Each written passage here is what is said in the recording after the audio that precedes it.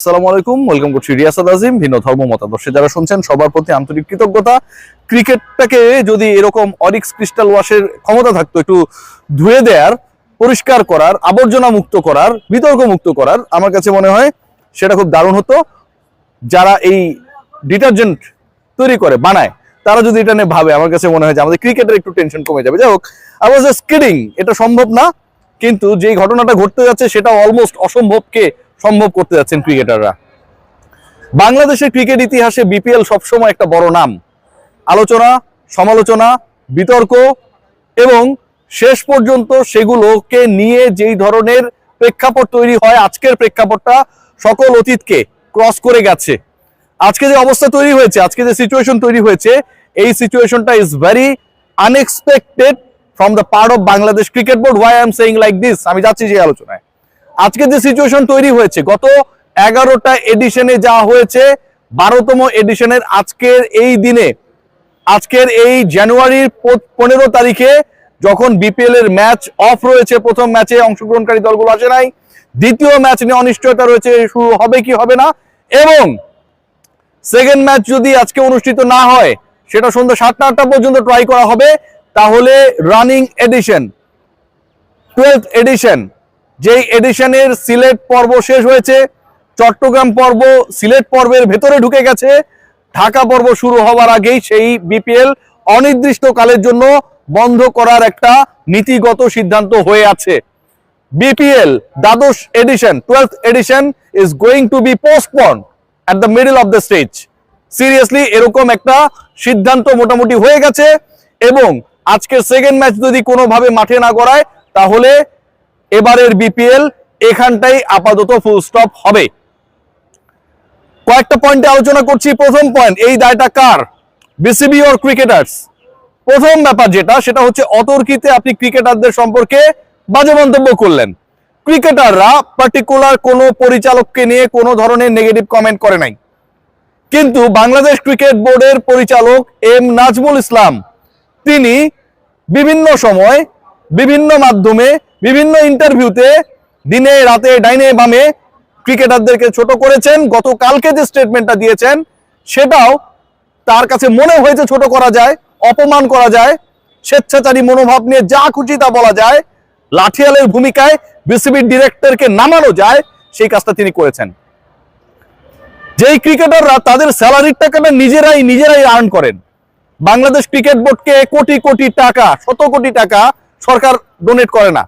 জানা রাখি, বাংলাদেশ ক্রিকেট বোর্ডের যে ফান্ড, এই ফান্ডটা হচ্ছে ক্রিকেটাররা ক্রিকেট খেলে, বাংলাদেশের র্যাঙ্কিং তৈরি হয়, এন্ডোর্সমেন্ট আসে। এই যে আমার এখানটায় দেখছেন না একটা লোগো, এরকম লোগোগুলো যখন বসে তারা সেই টাকাটা দেয়।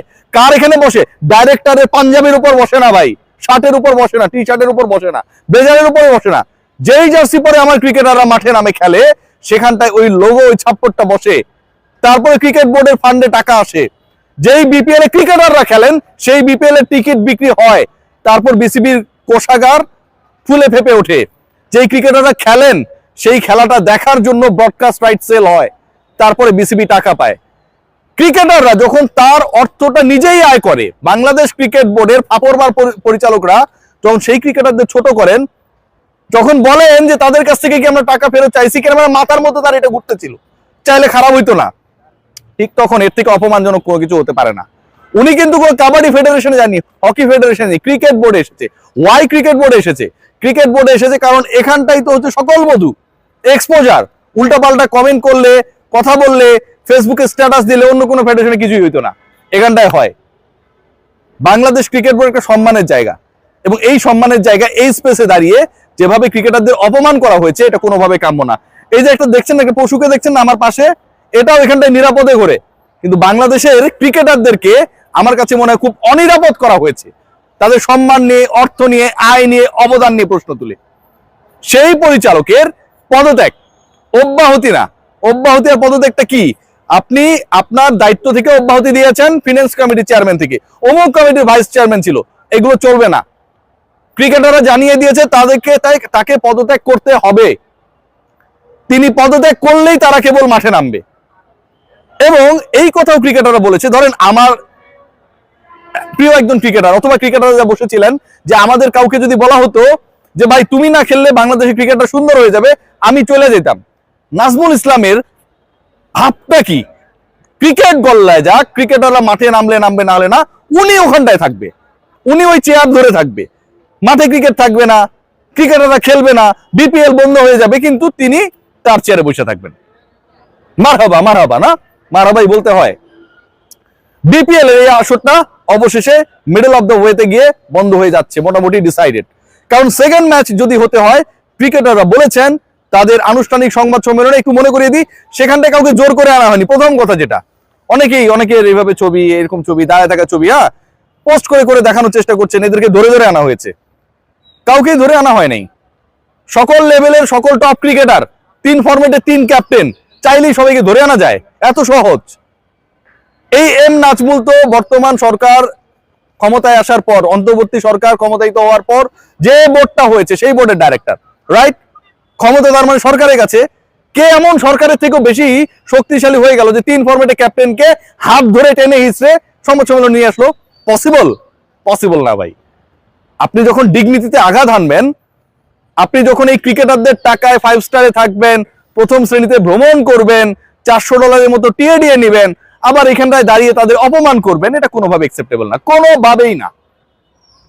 বাংলাদেশ ক্রিকেট বোর্ডের পক্ষ থেকে এই ক্রিকেটারদের সাথে সাবেক ক্রিকেটার, সাবেক ক্যাপ্টেন, বর্তমান সভাপতি আমিনুল ইসলাম বুলবুল একটা বারের জন্য যোগাযোগ করে নাই। ভাবা যায়? আজকে এই ক্রিকেটারদের সাথে ক্রিকেটাররা আনরেস্ট করছে, স্ট্রাইক করছে, খেলবে না ডিসাইড করছে, সবার আগে যোগাযোগ করার কথা ছিল যেই মানুষটা বিসিবির পরিচালক এবং সভাপতির আগে একজন সাবেক ক্যাপ্টেন, সাবেক ক্রিকেটার, জাতীয় দলে সার্ভ করেছেন, প্রথম টেস্ট খেলেছেন, সেই আমিনুল ইসলাম বুলবুল একটা বারের জন্য যোগাযোগ করে নাই। এটার মানেটা কি ভাই? এটার মানেটা কি আপনি বোঝান। আমি বুলবুলের পক্ষে বা বিপক্ষে বলছি না। আপনার ফ্যামিলিতে এরকম একটা ঘটনা ঘটছে, আপনি সর্বোচ্চ অভিভাবক, আপনার সন্তানরা কোনো কারণে মনক্ষুণ্ণ, তাদের সাথে কথা বললে আপনার জাত চলে যাবে? আপনি দেখতে সুন্দর থাকবেন না? আপনাকে মানুষ গালি দেবে? আপনি লিটনদের সাথে কথা বলবেন না?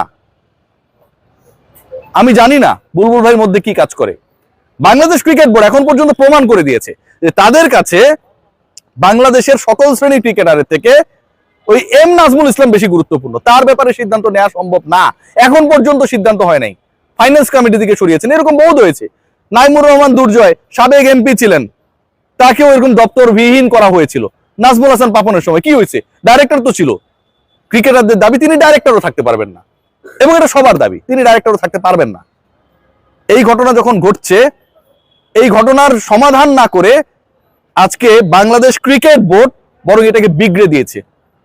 গতকাল রাতে মিটিং হয়েছে, বলা হয়েছে তোমার বিপিএল না খেলে টাকা পাবা না। ক্রিকেটারদেরকে বাংলাদেশ ক্রিকেট বোর্ডের ডেলিগেশনও, প্রতিনিধি দলও ওই টাকা দিয়েই কাউন্ট করেছে। সম্মানটা এখানটায় থাকে ভাই, আর বুদ্ধি শ্রদ্ধাটা এখানটায় থাকে। টাকা দিয়ে সবকিছু কেনা যায় না।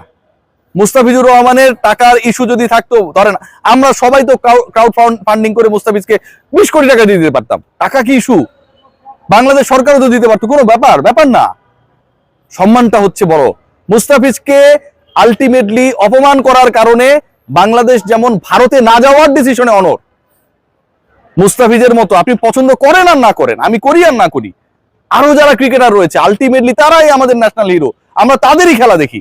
তাদেরকে আপনি দাঁড়িয়ে, আপনার দেশে দাঁড়িয়ে, তাদের রক্তে, তাদের ঘামে, তাদের শ্রমে গড়া এই বাংলাদেশ ক্রিকেট বোর্ডের প্রেমিসে দাঁড়িয়ে আপনি অপমানজনক কথা বলবেন, সেটা তারা মেনে নেবে।